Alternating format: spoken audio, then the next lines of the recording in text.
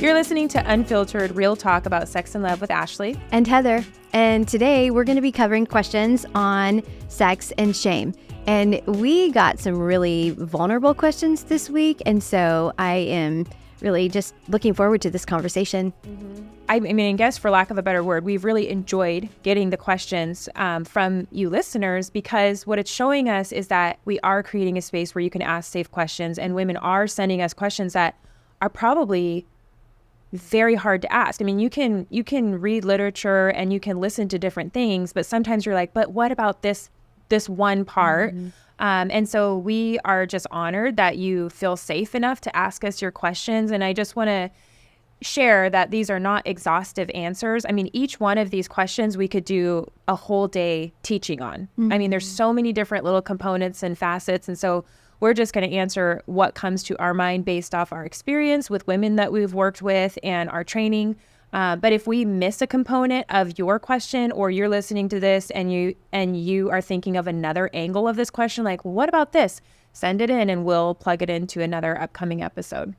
All right. So our first question is, my husband went to a massage parlor for a hand job about every 2 weeks until I discovered what he was doing 13 months later.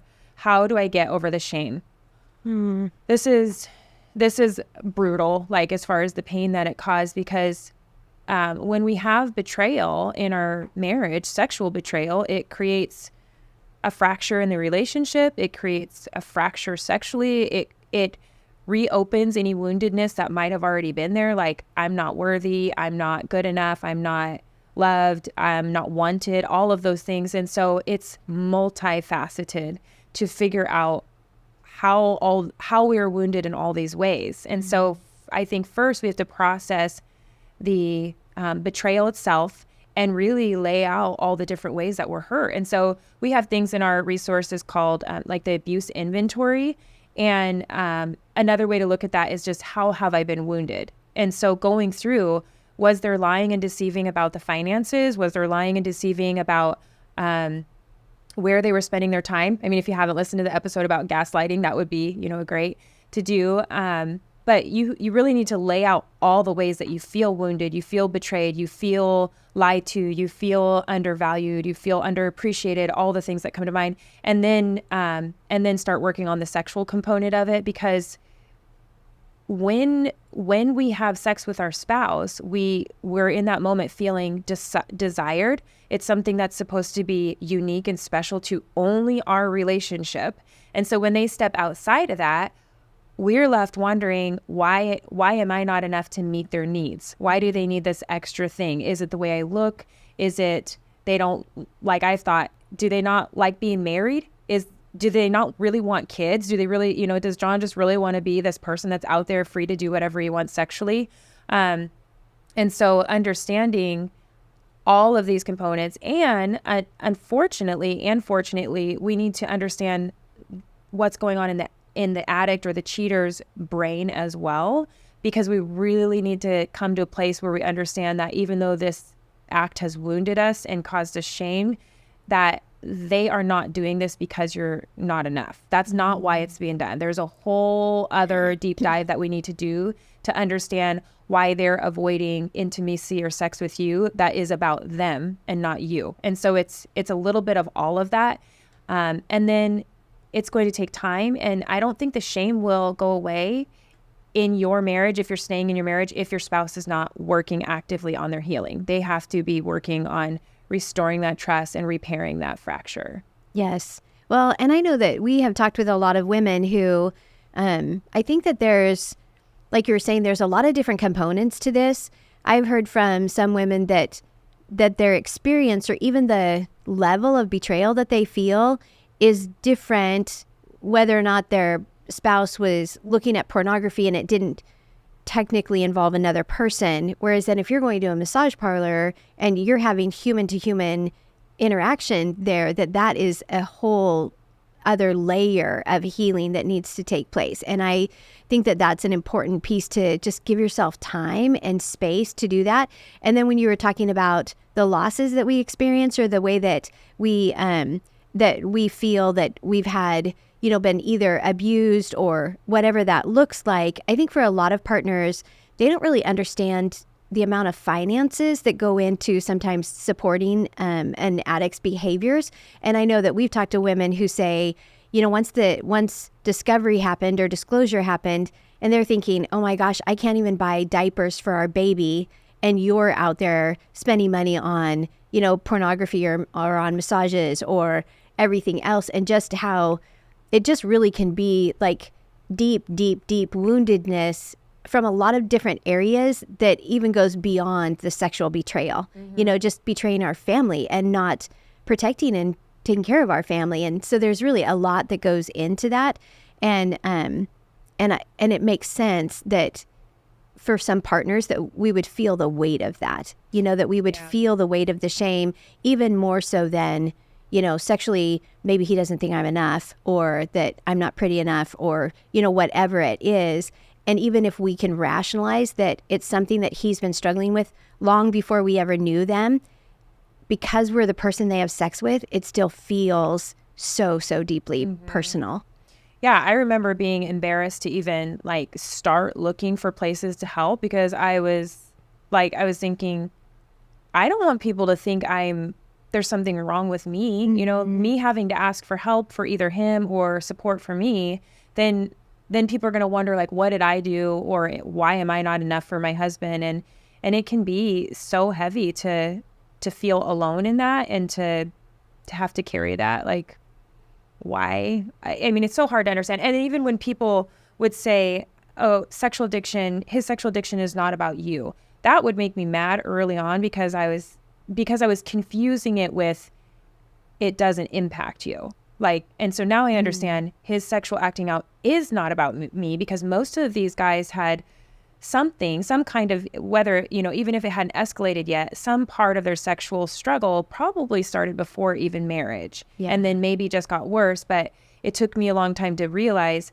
the sexual addiction is not about me. It has nothing to do with me, but it does wound me in ways that are unexplainable. And I was kind of putting those two together. Like, what do you mean his sexual addiction doesn't have anything to do with me? Like, you know, this isn't your thing, and we just need to get him help over here. And then there's not really a lot for the betrayed spouse. And so it makes you feel like there's not even help for you. Right. Yeah. So that is a good segue into our next question from a listener. It says, my question is, after a 33-year marriage where I trusted my husband, I found out he was having a long-term affair with a married woman. I suspected porn, and seeing some of the pictures on his phone, he was into some very devious stuff. I'm now divorced, and I'm wondering if I can trust another man again to love who I am and not feel like I have to be a woman of the world to grab a man's attention. I'm doubting that I'm someone desirable in bed anymore. My heart just breaks for her, and just feeling that. And I think that sometimes it is one of those things where, because we're sexual beings and it's just part of who God created us to be, it's part of our identity. And when we experience such woundedness and pain and betrayal, I think that sometimes for women, it's hard to even imagine that there could ever be something different out there. And I remember feeling that way. I mean, even when I'd gone through a divorce, and for a while I thought, okay, well, I'm just going to be a single mom forever because I have these 3 young boys, and the idea of getting remarried or even getting in a relationship was kind of scary, but then not worth it, because I thought, if I'm going to end up with the same thing that I just got out of, then I don't want to do that again. I don't want to do that to myself. I don't want to do that to my boys. And yet I was able to work on myself. I went through counseling, and so then I could figure out who I was outside of another person, outside of other than God and who he created me to be. But I knew who I was, so that when I did get into another relationship, I was very confident in who I am. Yes. And that would be one of the things that I would strongly recommend, is that after, you know, for so many women, when you go through a divorce, taking time to go through counseling to just rediscover who you are and who God created you to be, and even looking at why it is that you do the things that you do, because that was really helpful for me to just understand that these are some of my family of origin behaviors. They're not necessarily trauma-based, but in understanding that, it explained why I have the expectations I have and why I do the things that I do. But then it really did prepare me better for the next relationship, so that it wasn't about this person is going to be my everything. It was more about, I know who I am in Christ. I know who he created me to be. I know what I need to do and be as a mom. And so then how can I fit another person into that part of my life, to make that happen? And I think sometimes that women, we don't invest in ourselves enough in that way, so that we can get to a place where we're confident to say, if God brings another man into my life someday, that I know that I'm going to be enough for this man. So when it comes to healing the shame that's caused from sexual betrayal, the way that we'll have women email us and say, should I go through a betrayal and beyond group even though I'm already divorced? Yes, because we'll have you go through the betrayal and beyond group and process the material according to when it all was taking place, so that you're not having to take that unprocessed, unhealed betrayal pain into your future, whether that's with another person or not. And I would say the same thing for our sexual trauma that we're experiencing, that sexual injury, that we need to heal that, whether we're single, like you explained, and how you worked through that before being remarried, or if we're in our marriage. Like for me, I've had lots of ups and downs with relapses. And so even not being single, you have to learn that you don't have to stay stuck there. You don't have to stay stuck in that shame, where it could take me sometimes up to a year to work through the shame that I experience because of sexual betrayal. And now I know everything is a process. And so we need to continue to educate ourselves on how this is not about us. This is about them and their addiction and their ways of their meeting their needs in unhealthy ways, or intimacy avoidance, or whatever it may be. And pouring into our identity, like you said, who we are, and feeling confident, and then coming into life with this healthy dose of reality of that. I know people are going to hurt me. And so it's like, I trust you until you give me a reason to not trust me. And I also know that there may be a reason where you break my trust. And it's like this new reality of what it means to trust somebody. Like, you trust them wholeheartedly, but you know that they could hurt you. And you have the tools to work through that. And so, I would say to this person, doing a betrayal and beyond group would be key. Reading a lot of books or being in therapy to try to understand the different ways that you're still carrying shame, and then having those healthy people to speak truth into you, to remind you that this is not your shame to carry at all, and that this is not a reflection of you or your ability to be wanted or desired or sexual. This is about them. Yeah, I like that. So our final question says, after having sex with my husband, I feel so much shame and often cry. Why is this? We've been through the healing process, but I can't seem to shake these feelings after sex. I like this question because I think that there is a physiological release that happens when we have sex and we achieve orgasm that is somehow connected even to our level of stress, and how it is something, and I can't explain all of the details right this second, but it really is something that physically we almost don't have any control over. Because I know I've experienced this, not crying after sex in a sad way or in a shaming way, but just crying because maybe there's other things in my life that are happening that are stressful, and then sex just puts my brain and body in a place where I can kind of release a little bit of that. But in this question, and you can tell me what you think about this too, because it doesn't sound like that. This sounds like it's something that is maybe even a more frequent response to having sex. And I would definitely encourage them to explore this a little bit, and not even explore it in a way of recognizing the other stresses that you have going on in your life. But even when you're getting in that, getting in the mood for sex, what is it that's going through your mind? What is it? What memories are popping up? And because this could actually be more of a trauma response Right. to something that is happening in your current marriage or has happened in your current marriage. It also could be a trauma response from something before that maybe you're not fully aware of and how it's impacting you. And so, because I think there's something there that is connecting this feeling of shame with sex, even though she says that, they've gone through the program, and that they're probably finding healing in a lot of ways. But I would think that that would be really distressing to be working through the process, to gaining some traction and some healing, and yet you still are having this physiological response when you're having sex with your husband. I would find that distressing. Yeah. And her husband's probably like, what did I do? I'm sorry. I mean, if they've both been through mine is second. I mean, I'm so glad that you had happy tears and felt so relaxed. Mine was trauma tears. I remember at one point, every time just feeling like I had been raped and crying after sex. And that was not, it wasn't even anything that happened during the day. It was just this overall underlying feeling of being not unsafe.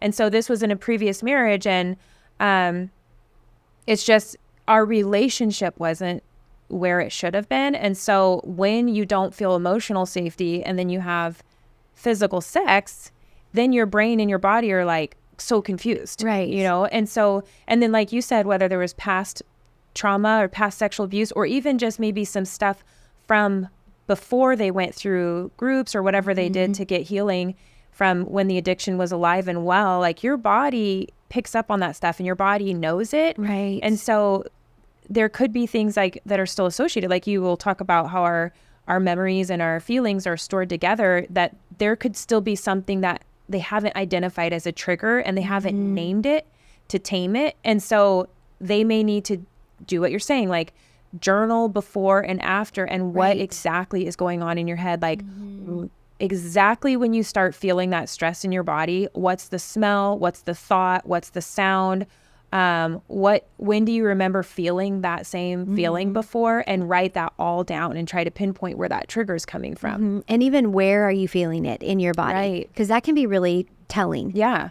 This definitely needs to be rooted out because, I mean, I don't know what kind of work was done, but sometimes we don't do the big deep dive into the sexual part of it. And you kind of have to pause in the moment to think. And it's okay to stop sex in the moment. Right. And to be honest with your spouse. It sounds like you guys are both working. And so on your recovery and healing. So saying like, hey, I really want to figure out where this is coming from. I don't like that there's somehow this traumatic response attached to sex. And so from now on, when it happens, can we commit to stop having sex and really right there start to unpack what's happening? What am I thinking about, feeling, like, all the things we just talked about. Yeah, which that in and of itself can be kind of scary because you're having to take this vulnerable moment to say something is going on and I don't like what's happening here, but I want to invest in it and I want to fix it so that we can so that this doesn't continue to impact our sexual relationship. Right. Yeah. Yeah. And I think there are a few books, like I can think of Joyce and Cliff Penner's book, and Sheila Gregoire has a lot of good books on sex out there. I do think Carol Jurgensen Sheets has good material out there, and The Betrayal Bind by Michelle Mays. Those are books I think you could do a little bit of a deep dive in. I'm trying to think of the book. It's called Sexual Alarms. But just, reading books together. Like we're going to take this next year. Maybe you've been through the sobriety and you've gained some traction on some of your betrayal triggers during the day. And now this year you're going to just really take the time to study what's going on in your sex life. And invest in it. Yeah. Yeah. Thank you for joining our conversation today. We truly believe if we can think it, we should be talking about it. So please send us your questions to unfiltered@puredesire.org. And if you like this episode, please subscribe, like, and share it with your friends.